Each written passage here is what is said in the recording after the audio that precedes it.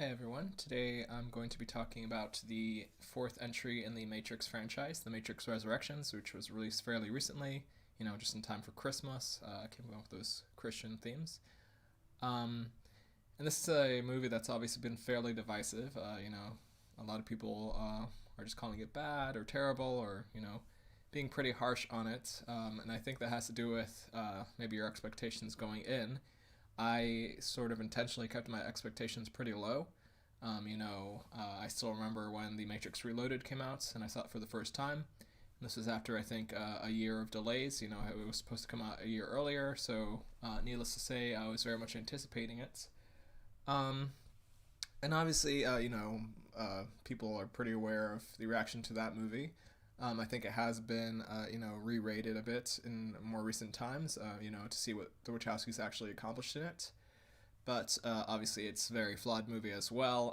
I personally would probably remove about, 20 to 30 minutes of all the Zion, sequences. I believe that movie was also plagued by the Wachowskis got some weird ideas about how to do dialogue, and how characters should be written. And that flaw is thankfully not reproduced in this one. So this movie takes place in the real world about 60 years after the events of Revolutions, and for Neo, it's been about 20 years of aging, within the Matrix and within, eventually figure out his resurrected body. So what I liked about this movie is it didn't dumb things down for audiences. It did require a sort of requisite level of knowledge of events of the previous film. They use this effect, maybe a bit much, but I thought it was still fairly effective. Very reminiscent of the final season of Lost, where Neo would have sort of, remembrances of prior events, of resonant events that mirrored what he was going through again. And this one very much incorporates, how things have changed since the first film was released. We have really, embraced technology in a big way. We actually have, lots of different types of AI, different algorithms. We're all permanently sort of attached to our phones and different devices.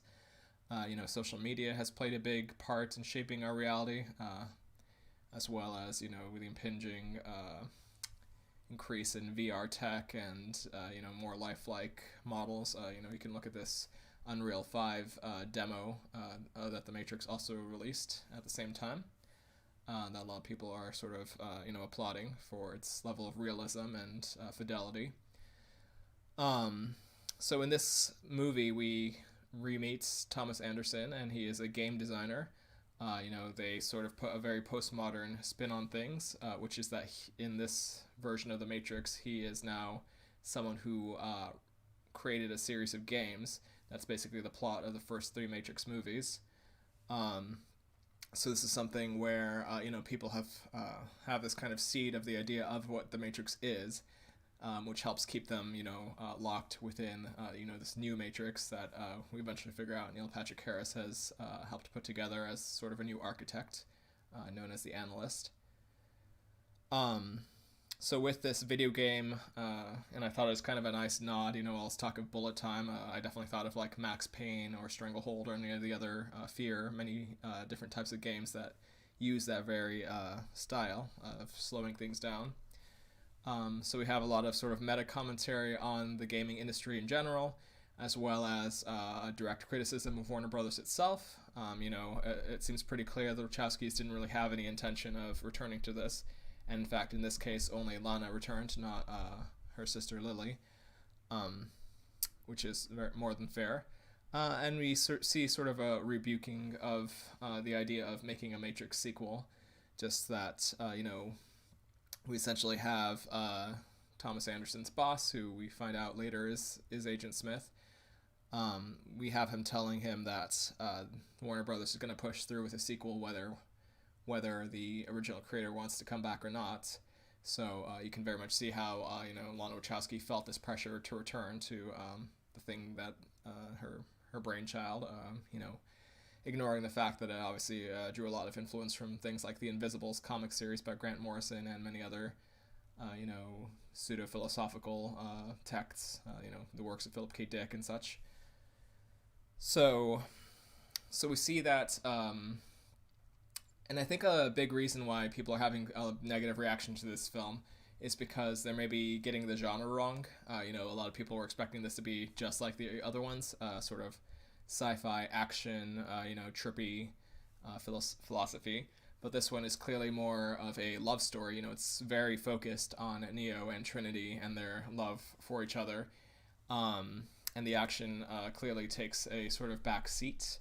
They don't have the former choreographer, Wu Ping, so the action is definitely very different and not as satisfying.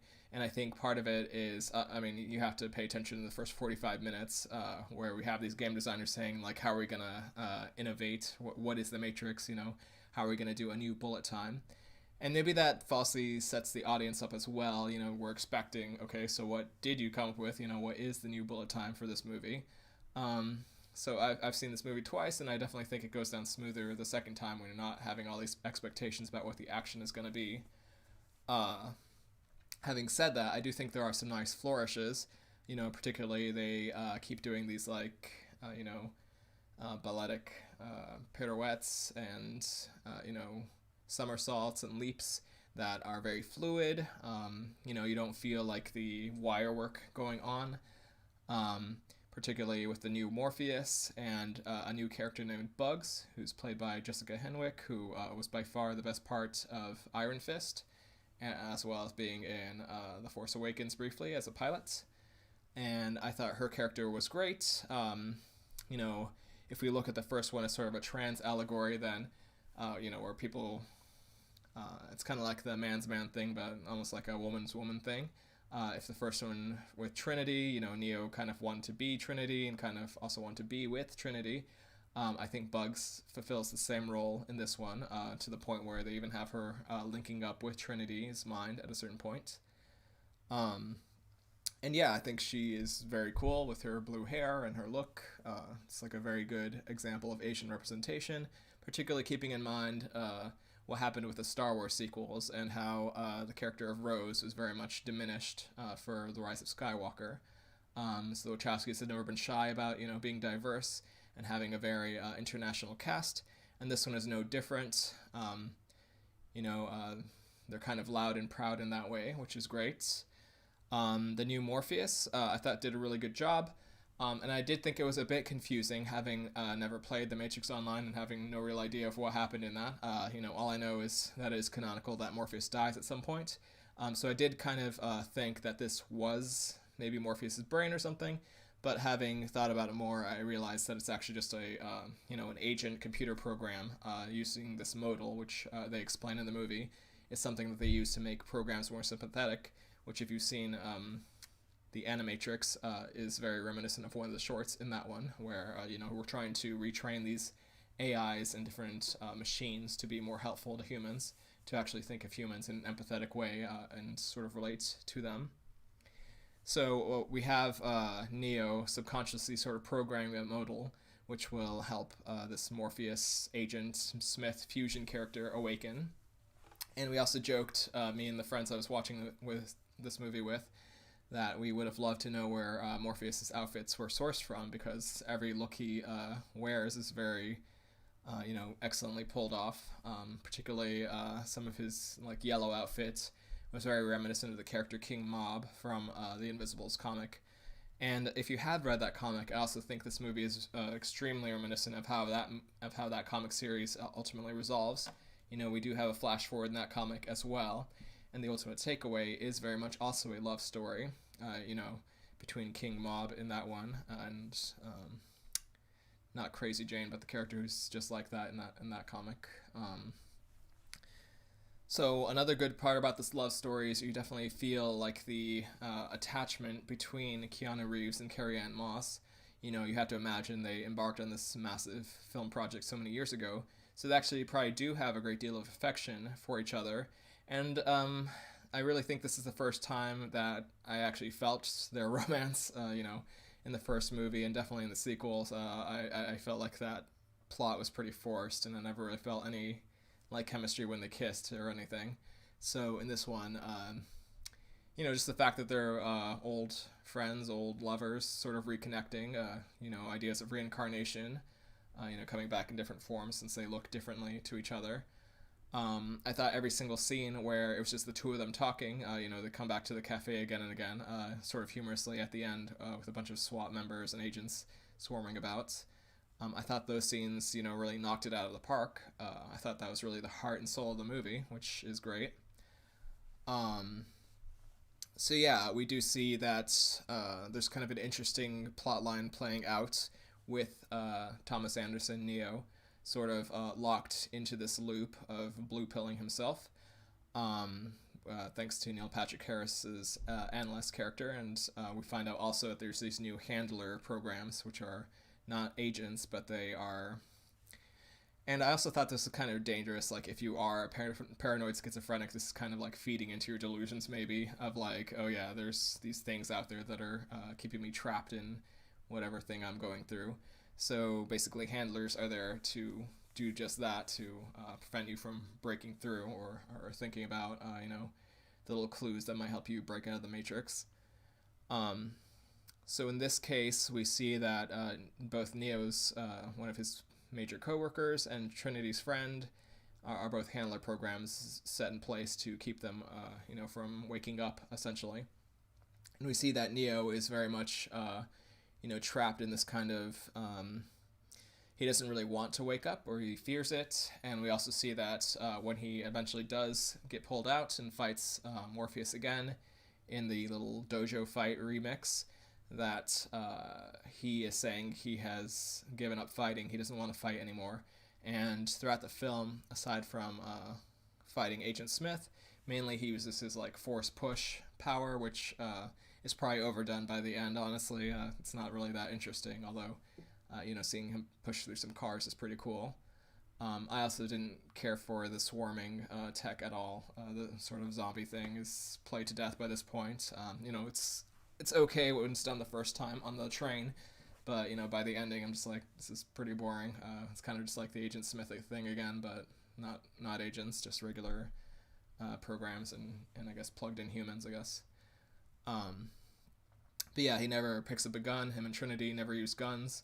However, I do think the gunplay that is in this movie is a lot more reminiscent of the first movie as opposed to the sequels, where I also thought it was kind of underplayed and not that enjoyable. So if you were into the gunplay in the first movie, I think that some of that stuff is satisfying.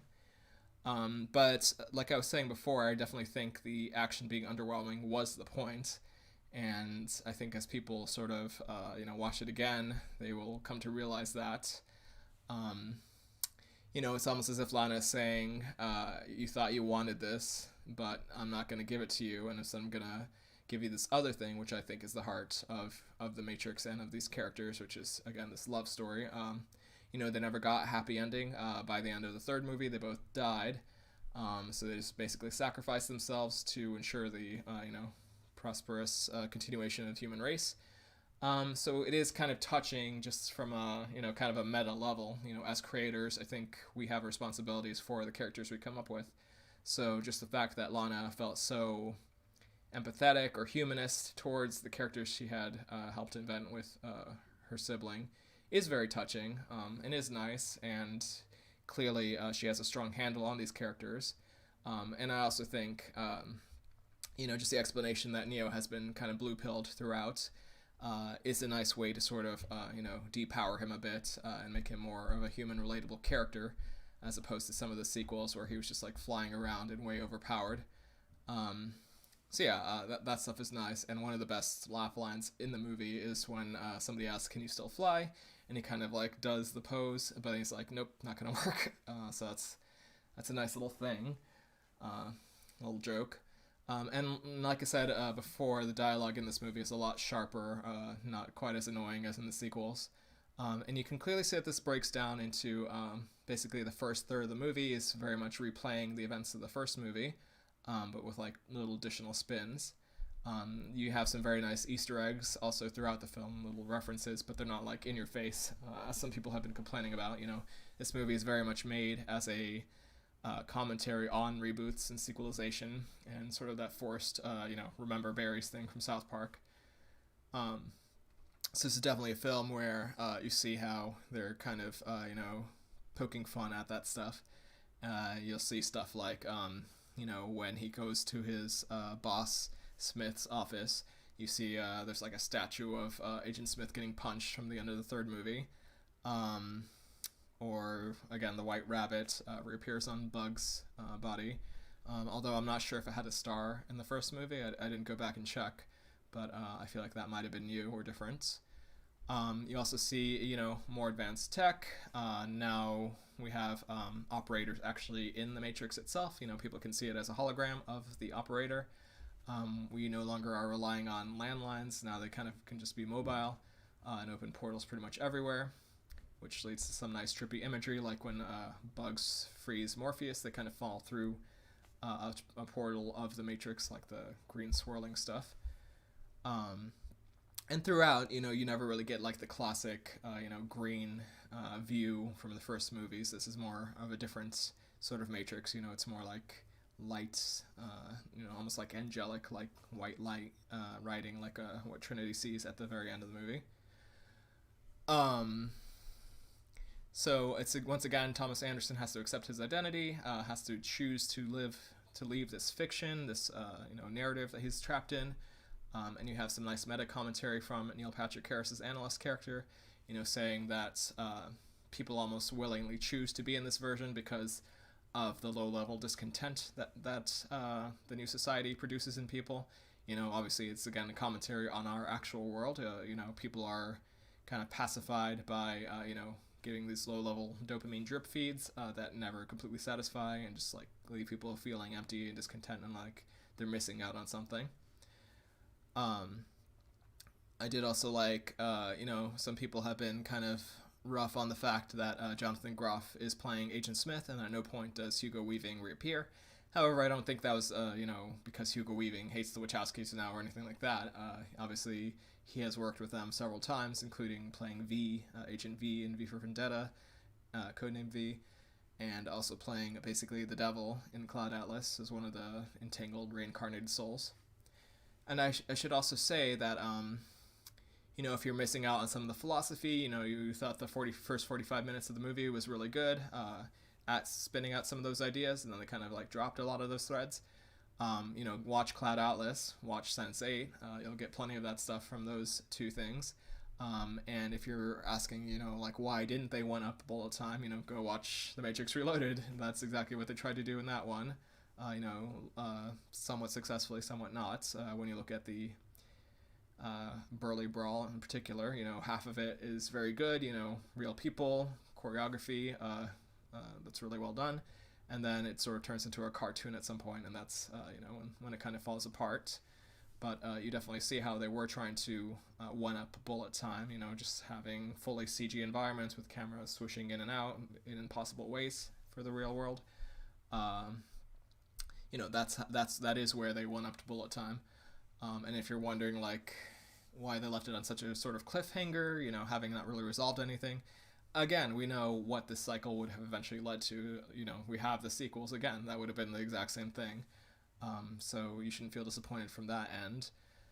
I did also like, so again, when Morpheus first appears to Neo, a lot of this is also taking the air out of the first Matrix, so solemn, and now people are like just being in the bathroom and appearing in the bathroom. And we have like a little mini action sequence, and Agent Smith reawakening in the form of Groff, who again I think had a fine performance. He's not going to one-up Hugo Weaving, but who could, unless they had some sort of weird CGI puppet. And again, some of that might have been COVID restrictions, since a lot of this I think was shot in Australia. But I thought he did a fine performance. I particularly liked when he awoke for the first time and was like trying to just kill Neo again. And meanwhile, we have Morpheus like spinning around, shooting a bunch of people, things blowing up impossibly, which is all like good satire of action sequences, while also still having some good action moments. And then we are introduced more to the Neil Patrick Harris character. And this is a character who is very much into control, but seems to have a deeper understanding of humanity than the old Architect had, almost like melding the visions of the Architect and the Oracle. kind of feeding into people's emotions and their emotional connections, more than, the first Matrix is very strict and very succinct in how it was kind of using humanity. So this one is utilizing people in a different way. Kind of makes you think of like Monsters Inc. with the Scream Factory or something like that. We're heightening people's emotions to get the most power output from them. Another thing I did really like, and this is not really related to plot or anything, but just the fact that the majority of the rest of the crew of the ship, piloted by Bugs, is all cast members from Sense8. I think there's also they're called Synthezoids, I guess, also played by another cast member, and various characters at IO, the new Zion, are also from that show. And being a big fan of Sense8, I'm all for them getting some of that Warner Brothers, paycheck. That's a really nice thing that the Wachowski sister did for them. And they're all like fine actors as well. So that's kind of nice. So once they get past, kind of repeating the beats of the first Matrix, now we're very much in the sequel land. We get the scene with the Merovingian and the other exiles. An action sequence I didn't really care for at all. I thought it was pretty bland and not well done at all. But we do have Morpheus fighting Agent Smith, but also Agent Smith fighting again with Neo. We kind of figure out that they have almost the same goal. They want to take down the Analyst and take down this version of the Matrix, but for very different reasons, which makes them again at odd ends. And eventually we'll see that their goals do briefly align. I did also really like Neo does this insane thing where he like spins around twice and kicks Agent Smith in the face, and then does basically almost like his new power is almost like a Kamehameha wave. It seems like the Wachowski, Lana Wachowski, is a fan of Dragon Ball Z, I guess, based on the third movie and this. So we're introduced to Niobe again. It briefly threatens to go back into that horrible Zion stuff from the second one, but fortunately they keep it pretty brief. Some like intimidation subplot, but nothing that's again fully resolved or gone into unless they do a sequel to this, I suppose. Just the idea that this isn't the same as Zion. They've started to like produce produce like strawberries. But that Niobe's no longer that concerned about, waking people up. She's more concerned about protecting what they have, as well as this new city is actually built by humans and sympathetic AI, sympathetic machines. So this is very different than the Zion we had seen before. One that's more or less at peace, and one where they can kind of hide from the machines more efficiently and more effectively. And just visually, it's more interesting as well. It's not just some horrible pit with like lots of red and brown. It's more visually distinctive with like fake cloud cover and stuff like that. I thought it was great to see Jada Pinkett Smith be in the franchise some more. She did some pretty good stuff. But again, it does threaten to have some of that sort of blandness from the second one. And me and my friends also kept joking about how the various characters at I.O. would then start advertising, don't forget to come to the orgy later, or whatever happened in that second movie, the rave scene. Eventually they, having rescued Neo and having realized, that Neo was placed next to Trinity to maximize their output, some of that Force Dyad stuff from Rise of Skywalker, perhaps. It's kind of a sweet idea, and again, one that maybe is resonant for, very spiritual practices. We have to remember that Neo isn't just a Jesus metaphor, even though that's maybe the more obvious one. He's also reminiscent of other epic heroes like Gilgamesh or Zoroaster, or probably other spiritual beliefs. And just the idea that, Gaia, the level of illusion that's placed over this world in some belief systems, and just the idea that we have these characters that we're kind of united with and connect to and can create something powerful with is, I think, a good one and an interesting one. I like to see that in this, and just like Trinity briefly raising her hand as Neo is getting taken away. So at that point, I had hoped that they would rescue Trinity and then have some other thing happen, like some additional 20-minute little plot that would leave things in a more satisfying way. But again, they kept it very focused. It really is just like a love story, and really this is just about getting Trinity to free her mind again from her fake husband and fake children and whatever crises the Matrix connives to break her back down. So Neo does have to re-enter the Matrix to try to rescue her. But the analyst shows that he has a pretty deep level of power over everything. He can slow time down. He talks about using bullet time and weaponizing it against Neo, which is kind of cool. We have this scene in this foundry with lots of sparks and visually interesting things flying around. And again, basically the threat is he's going to kill Trinity if Neo doesn't do what he wants. And basically Neo's trying to figure out how he can resolve this, how he can extract her without ruining everything. So again, maybe the other crew members didn't get enough to do as they should have. But I did also like this humanist sort of idea that the previous crews all died pretty horribly, and in this case they all survive, and that's maybe just the idea that we're treating these characters with a little bit more empathy and sympathy and treating them like human beings and not just like disposable fodder. So that's kind of nice, even though, again, I think they were sort of fairly underdeveloped. But again, they are nice cast members from Sense8 that I enjoyed as well. So then it really just boils down to one last sort of action stretch.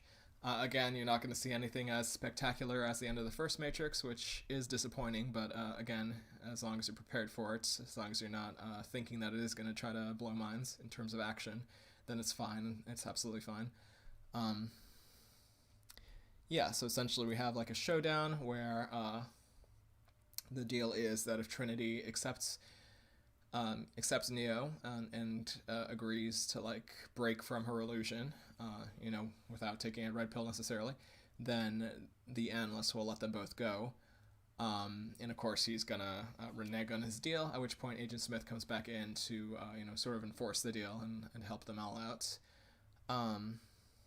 And I thought this was really an empowering scene. I remember when I saw it, some people were very enthusiastic about that scene, and I agree it was very well done, even if maybe there is a little too much sort of nostalgia baiting or go girl, that sort of thing. But yeah, it's great seeing Trinity reawaken and sort of, pretty violently reject the illusion. It seems like she's not going to, and then she, at the last moment, changes her mind. And she says, my name is Trinity, basically, almost the same thing as my name is Neo from the first movie. And you can sort of see how they spin this as being more about her and her journey, to the point where, so they escape on motorcycle. Again, the motorcycle stuff wasn't nearly as impressive as in Reloaded. But again, that's not the focus. The focus is just on them escaping and being happy together. And that's where they do leap off the building, a recurrent theme throughout the movie of just taking a leap of faith. And when they do that, we find out that it's actually Trinity this time who has the power to fly, who can, sort of rewrite the Matrix to her specifications. Perhaps somehow in this resurrection process, which was kind of a intense scene of them getting healed, essentially, their dead bodies put back together and then, brought back to life by machines.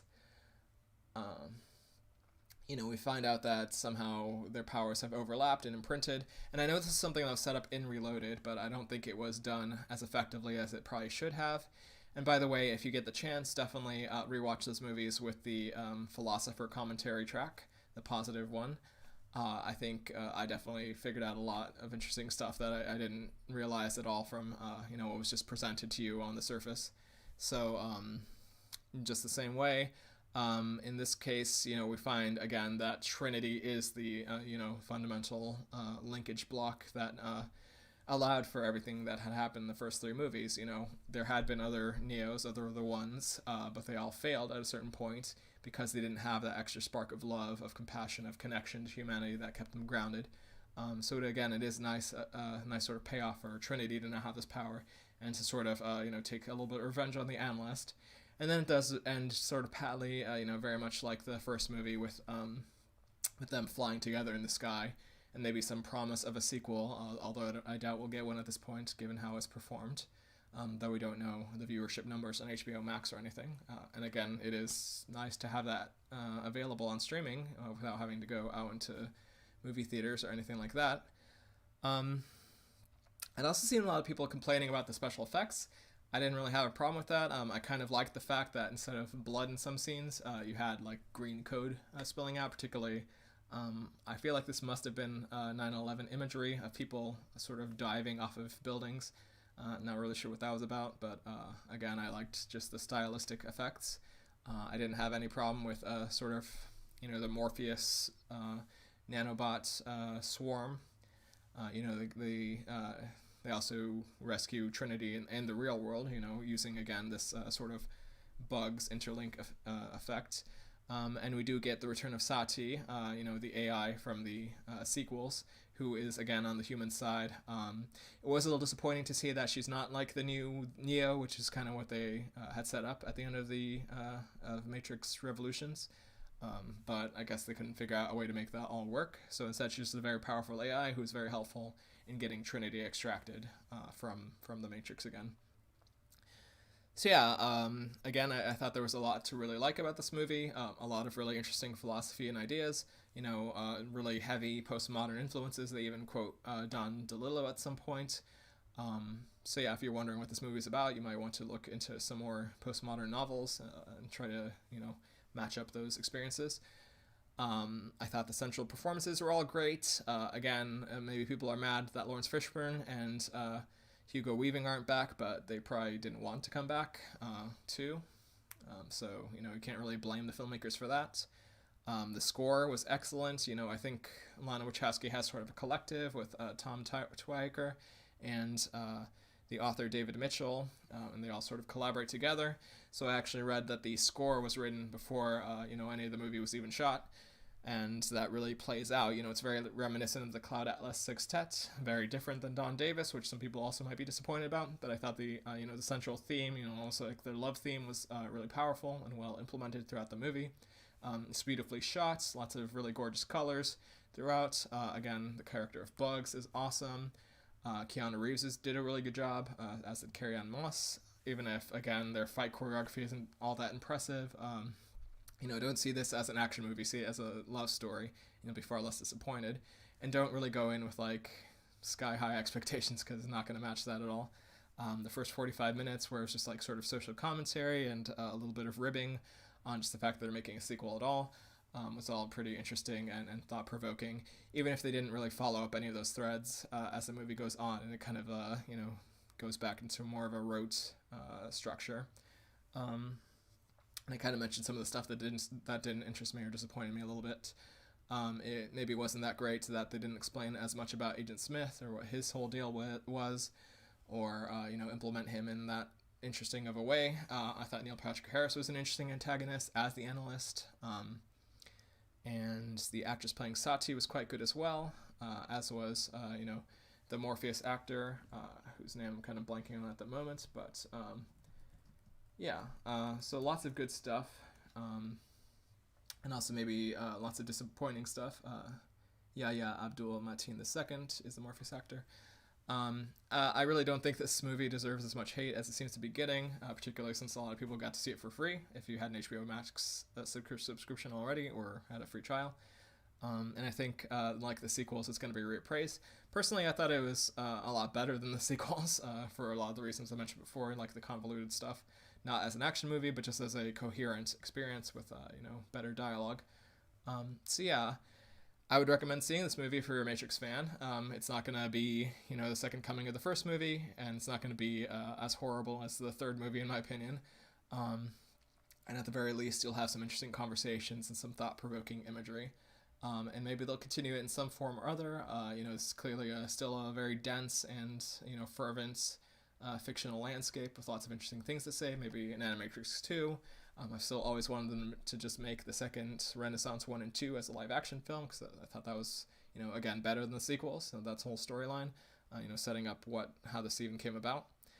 I'll just always support the Wachowskis' work. They do a lot of really interesting stuff, Jupiter Ascending aside, and clearly have really interesting visuals and, plot devices. And do watch Cloud Atlas and Sense8 if you haven't, because